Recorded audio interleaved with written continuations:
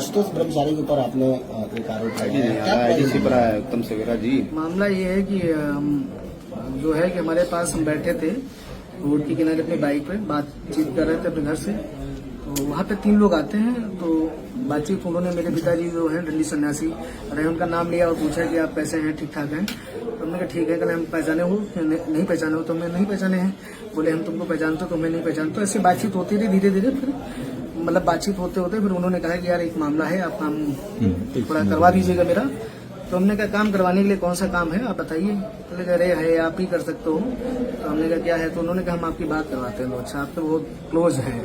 तो हमने कहा कौन सा क्लोज है मेरा, ऐसा कोई। उन्होंने बात कराई, हालांकि मैं बहुत पहले उनको जानता था और मेरी उनसे बात भी नहीं होती है। चूंकि उन्होंने आशुतोष पांडे जी को फोन लगाया और बात उन्होंने कराई। तो उन्होंने उधर से आवाज आई कि मैं आशुतोष पांडे बोल रहा हूँ, पहचाने हूँ।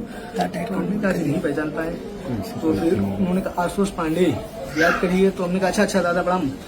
तो हमें याद है कि वही जो है वो संगठन चलाते थे ब्राह्मण सभा वाला करके। तो हमने कहा वही है। तो हमने कहा उनको प्रणाम बोले। तो उन्होंने कहा और सब बढ़िया है, वो आपके पिताजी के उसमें निधन में नहीं पहुंच पाया, ऐसी चीजें हैं और सब बढ़िया है, घर परिवार में सब कुशल है। तो हमने कहा जी। तो उन्होंने कहा यार छोटा सा काम है तुमसे। तो हमने कहा क्या बताओ क्या काम है, मेरे लायक होगा मैं बिल्कुल करूंगा। कहने नहीं, ये विश्वसनीयता लोगों से ही कहा जा सकता है और मुझे लगा कि आप मना नहीं करेंगे। तो उन्होंने कहा बताइए कैसा काम है। तो उन्होंने कहा यार एक स्वामी जी है, वो जरा परेशान करते रहते हैं, उनको यार सही करना है। तो हमने कहा बताओ। तो कहने लगे वो तुम्हारी बच्चियां हैं यार, उससे यार वो लिखवाना। तुमने कहा मेरी बच्ची बहुत छोटी है, कैसी बात करते हो, तो आप बहुत बड़े, ऐसी पैसा आपको शोभा नहीं देता है।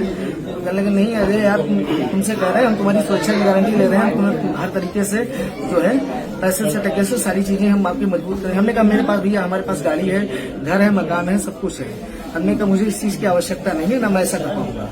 हाँ, तो उन्होंने कहा ठीक है, आपके मेरे लिए जो ऑप्शन और भी खुले हैं। हमने कहा ठीक है, आपके प्रयास खुले ऑप्शन आप देखिए। तो यहाँ पर आए आप शंकराचार्य से मुलाकात की, उनके नेता से मुलाकात की, क्या कुछ कहा गया उनके द्वारा?